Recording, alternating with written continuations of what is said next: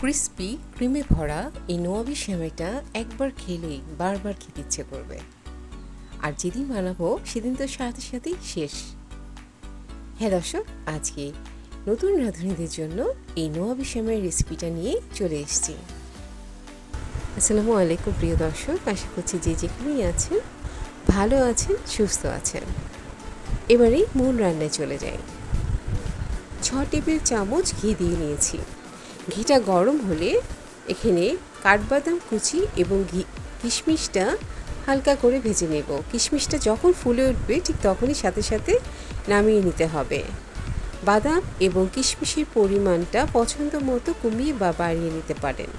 এরপরে 200 গ্রাম করে 2 প্যাকেট বর্ণফুল লাচ্ছা সেমাই সেই একই ঘিতে আমি ঢেলে ভেজে নিচ্ছি।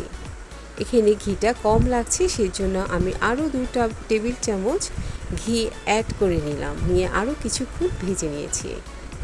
এই ভাজার সময় এখানে আমি 1 কাপ চিনি নিয়ে এর অর্ধেকটা চিনি এতে দিয়ে দেব, আর অর্ধেকটা রেখে দিব পরে সেমাইতে অ্যাড করবার জন্য। চুলোর আঁচ এই সময় মিডিয়াম টু লো করে নিতে হবে।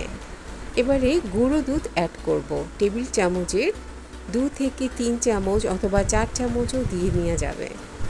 দেয়া হয়ে গেলে আমি 2 মিনিটের মতো ভেজে নিব সেমাইটা।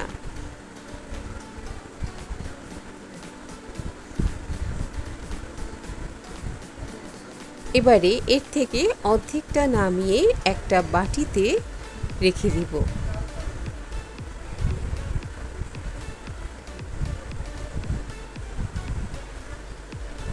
এবং যে অর্ধেকটা প্যানে থাকবে অল্প একটু জর্দা রং দিয়ে রংটা হালকা একটু লাল করে নেব।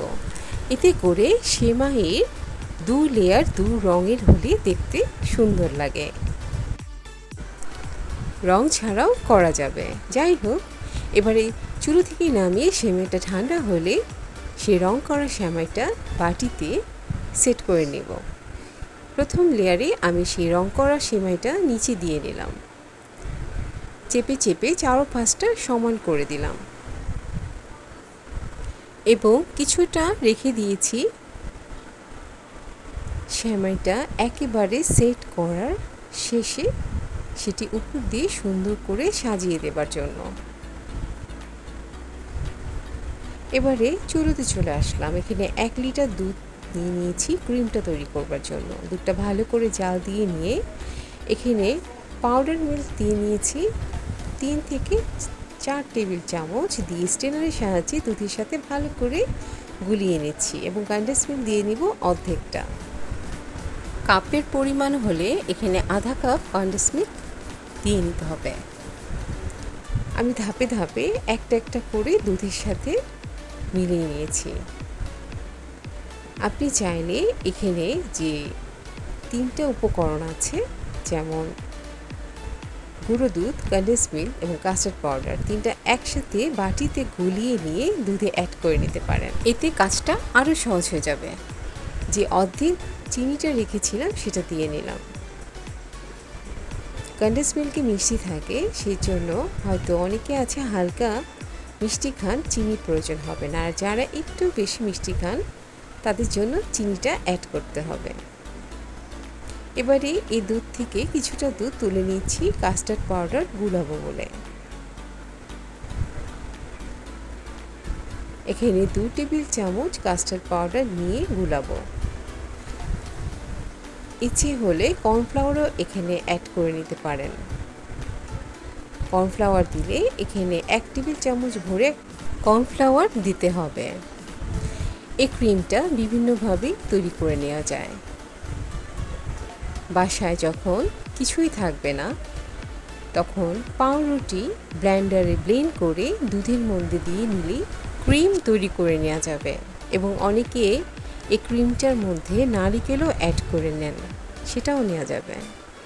তো আমি এখানে যেটা দিয়েছি কাস্টার্ড পাউডার মিশ্রণটি দিয়ে নিয়ে কিছুক্ষণ নাড়ালাম এবং ঘন হয়ে আসলো বেশ অনেকটাই। দেখতে পাচ্ছেন ঘনটা কি পরিমাণে হয়ে গেছে। ঠিক এরকম ঘনটা থাকতে আমি চুলোটা বন্ধ করে দেব, কারণ এটা ঠান্ডা হলে আরও বেশি জমে যাবে। 1 চা চামচ ভ্যানিলা এসেন্স দিয়ে নেব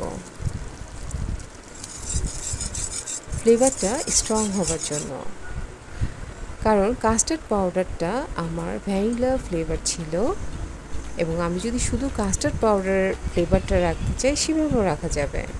আর এর সাথে যদি ভ্যানিলা এসেন্স 1 চামচ আরও অ্যাড করি তাহলে ফ্লেভারটা একটু স্ট্রং হবে। যাই হোক, আমি ওই যে ঢেলে রেখেছিলাম সেমাইটা সেট করে বাটিতে, ওইটার উপর এই ক্রিমটা পুরোটাই ঢেলে দিলাম। ক্রিমটা গরম অবস্থায় ঢেলে নিতে হবে। এর উপরে ওই যে বাটিতে যে রং ছাড়া সেমাইটা রেখেছিলাম ঢেলে, সেই রং ছাড়া সেমাইটা উপরে দিয়ে নিয়ে একবারে সমান করে বিছিয়ে দিব উপরে। এবার রং করা যে সেমাইটা ছিল সেটা তার উপর দিয়ে নিয়ে স্প্যাচুলার সাহায্যে চারপাশটা সমান করে দেব। কাজটা একটু আস্তে আস্তে ধীরে ধীরে করে নিতে হবে, এতে করে সেমাইটা দেখতে সুন্দর দেখাবে। এবং ভেজে রাখা সেই কিশমিশ এবং বাদামগুলো উপরে দিয়ে নেব। এরপর ফ্রিজে রেখে দিব 3 থেকে 4 ঘন্টার জন্য। এতে করে সেমাইটা ঠান্ডা হবে এবং যখন জমবে তো খেতে তখন অনেক ভালো লাগবে। এভাবে আপনি একবার অবশ্যই ট্রাই করবেন আর খেয়ে বলবেন সেই দুর্দান্ত মজা হয়েছিল এই নোয়াবি সেমাইটা। তো আজ এখানে বিদায় নিচ্ছি, সকলে ভালো এবং সুস্থ থাকবেন। আল্লাহ হাফেজ।